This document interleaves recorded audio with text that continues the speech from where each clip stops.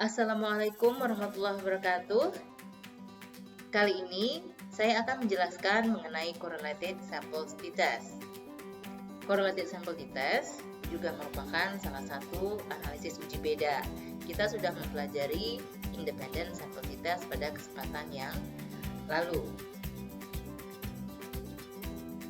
Adapun prasyarat untuk melakukan uji correlated sample t-test, yang pertama, data kita berbentuk interval atau rasio. Syarat ini juga berlaku pada uji independent sample t-test. Yang kedua, data berasal dari populasi yang terdistribusi secara normal. Dan yang terakhir, data berasal dari dua pengukuran pada sampel yang sama. Jadi, untuk correlated sample t-test, subjek adalah orang yang sama. Namun, subjek tersebut kita ukur atau kita ambil datanya sebanyak 2 kali.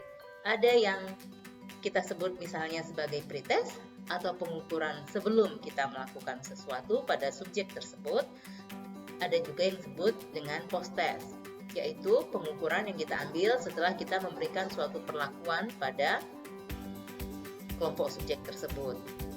Sebagai contoh, kita akan melihat apakah ada perbedaan kecerdasan emosi pada siswa antara sebelum dan setelah diperdengarkan musik gamelan Jawa. Jadi, ada sekelompok siswa, katakanlah jumlahnya 30 orang. Kita ukur kecerdasan emosinya. Setelah mendapatkan nilai, maka pada siswa tersebut, setiap hari selama 1 minggu kita dengarkan musik gamelan Jawa di sekolah. Setelah 1 minggu kita beri perlakuan, maka kecerdasan emosi ke-30 siswa tersebut itu kita ukur kembali. Lalu kita bandingkan antara kecerdasan emosi sebelum mendengarkan musik gamelan Jawa dengan setelah mendengarkan musik gamelan Jawa. Apakah ada perbedaan yang signifikan atau tidak? Ini adalah rumus untuk uji correlated sample t-test. Sebetulnya ada rumus yang lain yang bisa digunakan, tapi rumus ini adalah rumus yang lebih sederhana. X bar adalah nilai rata-rata, jadi ada 2 di sini, nilai rata-rata kelompok 1 dan nilai rata-rata kelompok 2. Lalu sigma B kuadrat adalah jumlah deviasi dari perbedaan mean, dan N adalah jumlah subjek. Sekarang kita ke contoh. Dari data di bawah ini, kita ingin melihat efektivitas pemberian pelatihan manajemen stres untuk menurunkan tingkat stres kerja. Jadi di sini nilai X1 adalah nilai stres kerja sebelum pelatihan manajemen stres. X2 adalah nilai stres kerja setelah diberi pelatihan manajemen stres. Jadi di sini Anda bisa lihat bahwa subjek penelitian kita adalah karyawan atau orang yang sudah bekerja. Ini adalah data stres kerja karyawan. Ini adalah nilai stres kerja mereka sebelum kita kasih pelatihan manajemen stres. Yang ini adalah nilai stres kerja setelah diberikan pelatihan. Lalu, tabel ini kita buat satu kolom lagi untuk mencari selisih antara nilai X1 dengan X2. Jadi B besar ini adalah selisih antara nilai X1 dengan X2. 21 dikurang 14 sama dengan 7, 26 dikurang 20 sama dengan 6, dan seterusnya. Kita lakukan penghitungan ini sampai ke bawah. Untuk ini 22 dikurangi 24 tandanya minus, itu tetap digunakan tandanya minus, sehingga nanti ketika kita menjumlah kolom ini maka minus 2 menjadi pengurang.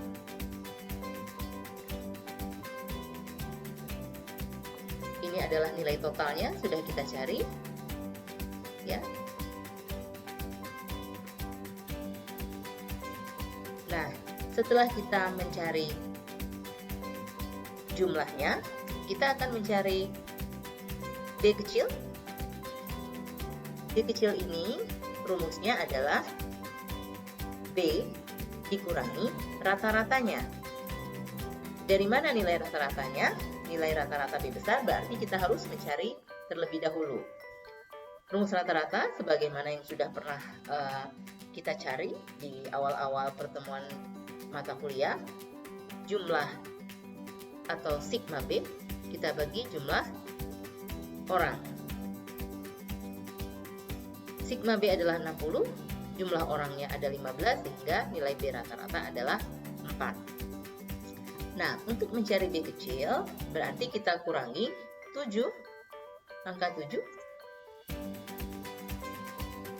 7, kita kurangi dengan 4. Menjadi 3. Berarti kalau di baris berikutnya, 6, kita kurangi 4, berarti hasilnya menjadi 2. 2, kita kurangi 4, berarti menjadi minus 2. 8 kita kurangi 4 berarti sama dengan 4. Dan seterusnya sampai kolom ini terisi semua. Nah, ini adalah hasilnya.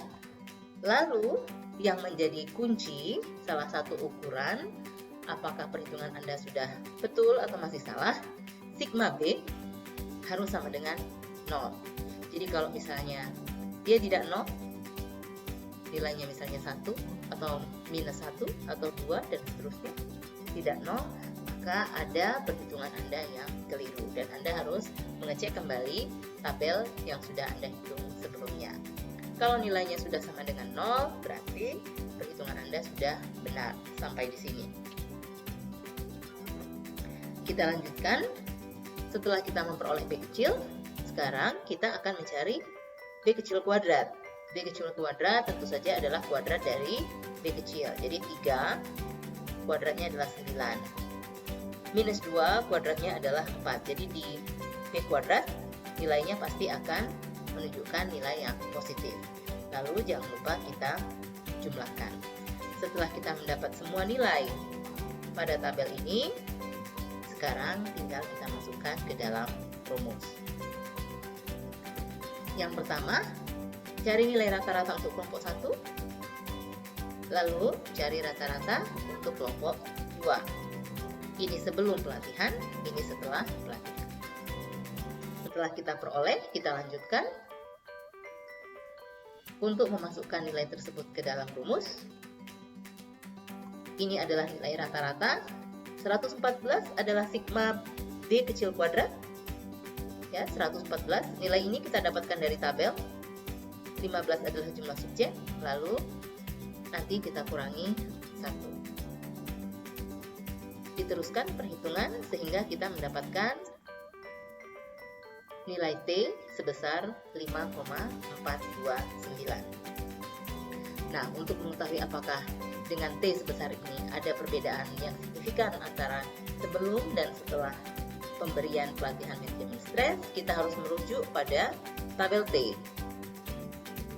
Namun sebelum merujuk pada tabel T, kita cari dulu derajat kebebasan untuk sebagai cara untuk kita mencari di tabel T.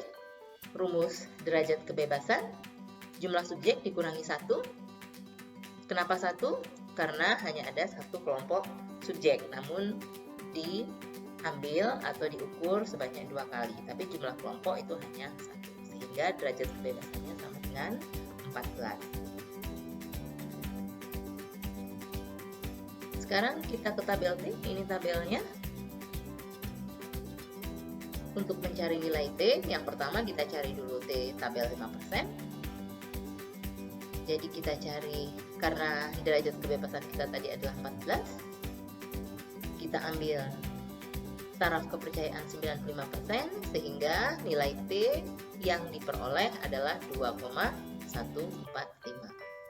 Untuk T tabel 1%, sama, kita menggunakan derajat kebebasan 14 dengan taraf kepercayaan sebesar 99%, diperoleh nilainya 2,977. Ketika kita sudah mendapat nilai T dari tabel, sekarang kita akan membandingkan nilai yang kita peroleh dari perhitungan dengan nilai dari tabel untuk mengetahui apakah perbedaan tersebut signifikan atau tidak.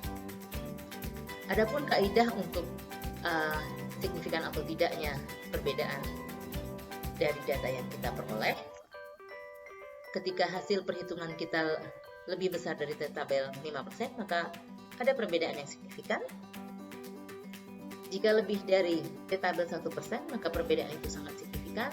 Namun, apabila T hitung lebih kecil atau sama dengan T5%, maka perbedaan yang ada itu tidak signifikan. Dari perhitungan kita, T yang kita peroleh atau T hitung kita adalah 5,249. Ketika dibandingkan dengan T tabel 5% sebesar 2,415 yang kita peroleh dari tabel tadi, nilai T hitung lebih besar, sehingga kita bisa memperoleh atau bisa mengatakan bahwa ada perbedaan yang signifikan antara stres kerja karyawan sebelum dan setelah diberi pelatihan. Namun, karena ini masih lebih besar, kita coba ke taraf kepercayaan yang lebih tinggi. Kita bandingkan hasil T hitung dengan T tabel 1%, ternyata juga masih lebih besar, sehingga kesimpulan yang kita ambil adalah kesimpulan bahwa ada perbedaan yang sangat signifikan. Jadi, untuk mengambil kesimpulan, yang kita ambil adalah kesimpulan yang lebih tinggi tingkatannya ya. Jadi kalau sudah T 5% memenuhi, kita coba ke T yang 1%. Dari hasil tersebut, dengan demikian dapat kita simpulkan bahwa ada perbedaan yang sangat signifikan antara tingkat stres kerja sebelum dan setelah diberi pelatihan manajemen stres, di mana tingkat stres kerja setelah pelatihan dengan nilai rata-rata atau nilai min sebesar 20,267 lebih rendah daripada tingkat stres kerja sebelum pelatihan dengan rata-rata 24,267. Jadi, kita bisa melihat bahwa terjadi penurunan pada nilai stres setelah pelatihan dibandingkan dengan sebelum pelatihan. Hal ini menunjukkan bahwa pelatihan manajemen stres tersebut efektif dalam menurunkan tingkat stres kerja. Baik, itu tadi adalah penjelasan saya mengenai correlated sample t-test. Silahkan Anda mengerjakan soal pendalaman yang juga sudah saya upload. Silahkan dikerjakan, ada kunci jawabannya di sana untuk sebagai pedoman Anda, apakah perhitungan yang Anda lakukan sudah sudah betul atau masih keliru. Terima kasih. Wassalamualaikum warahmatullahi wabarakatuh.